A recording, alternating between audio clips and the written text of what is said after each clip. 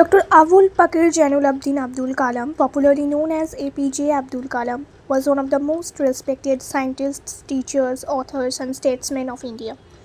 He served as the 11th President of India from 2002 to 2007 and became affectionately known as the People's President.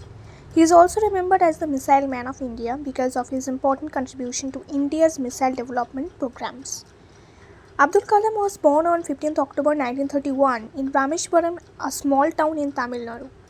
His father Jainuddin was a boat owner and imam at a local mosque, while his mother Ashiamma was a homemaker. Kalam came from a modest family and experienced financial difficulties during his childhood. Despite these difficulties, he was a hardworking and determined student. As a young boy, he reportedly helped his family by distributing newspapers. His childhood taught him the importance of discipline, hard work, honesty, and perseverance. Kalam developed a strong interest in science and mathematics.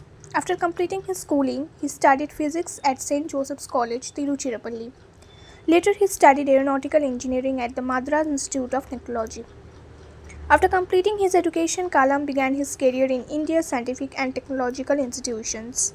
He joined the Defense Research and Development Organization (DRDO) and later became closely associated with the ISRO, Indian Space Research Organization.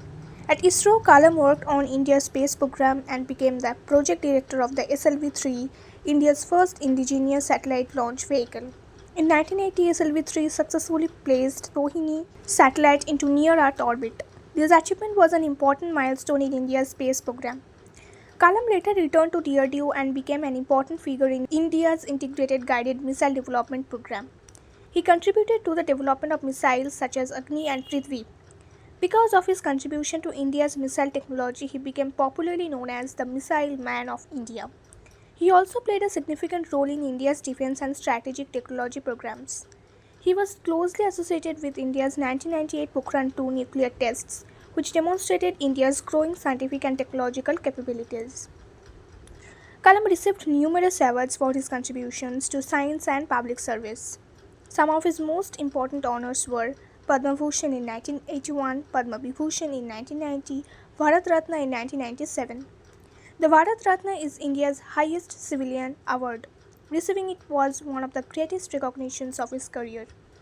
In 2002, Abdul Kalam became the 11th President of India. He served in this position until 2007. His presidency was different from that of many traditional political leaders.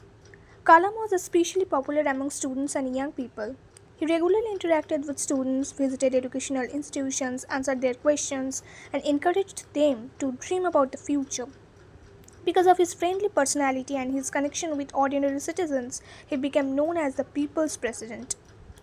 One of his major visions was to see India become a developed nation. He encouraged young Indians to develop scientific thinking, creativity, confidence, and a sense of responsibility towards society. Kalam was also a successful author. His books became popular among students and young readers. His famous works include Wings of Fire. This is his autobiography written with Arun Tiwari. It describes his childhood, education, scientific career, and journey toward becoming a national leader. India 2020. In this book, Kalam presented his vision of India as a developed and technologically advanced nation. Ignited Minds. The book focuses on India's young people and their potential to transform the country. My Journey. This book contains personal experiences and stories from Kalam's life. Through his books, Kalam repeatedly emphasized the importance of dreams, education, knowledge, hard work, and action. His love for students, perhaps the most memorable aspect of Kalam's personality, was his affection for students. Even after becoming president, he continued to consider teaching and interacting with young people extremely important. After completing his presidential term in 2007, he returned to academic life. He worked as a teacher, professor, and visiting faculty member at several educational institutions. He believed that young people were not simply the future of India, they could actively contribute to India's development in the present. His message to students was simple: dream big, gain knowledge, work hard, and never give up when faced with difficulties. Kalam was admired not only for his scientific achievements but also for his simplicity and humility. Even after becoming president and receiving India's highest civilian honor, he remained approachable and deeply connected with students. He valued hard work, education, scientific thinking, discipline, honesty, self confidence, national development, service to society. He believed that success should not make a person arrogant and that failure should not make a person give up.